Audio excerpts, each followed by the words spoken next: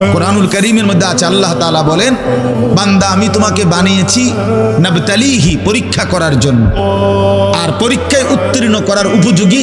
ফাজআলনাহু সামিআম বাসীরা, আমি আল্লাহই তোমাকে শুনবার জন্য কান দিয়েছি, দেখবার জন্য চোখ দিয়েছি। তাফসীরের মধ্যে লিখছে, অর্থ হইল আমাকে মানবার পুরা যোগ্যতা সম্পন্ন শরীর দিয়েছি। ওযু, গোসল, নামাজ, রোজা, হালাল হারাম, পাক নাফাক সব কিছু বান্দা পালন করতে পারবে এমন যোগ্যতা দিয়ে তারে মানুষ বানাইছে। মানুষ হইবার পরে, মুসলমান হওয়ার পরে কেউ যদি বলে আল্লাহর এই হুকুম পালন করা আমার পক্ষে সম্ভব না, তাহলে এটা হইতে পারে তুমি ছাগল, মানুষ না। তুমি গরু ছাগল ছাড়া আর কিছু না, তুমি মূলত হাইওয়ান। ইনসান হইলে পারতা, তুমি যদি মানুষ হইতা তো ঠিকই পারতা। তুমি যদি মানুষ হইতা তো পারতা, মূলত তুমি নিজের মানুষ এই পরিচয় ভুলে গেছো।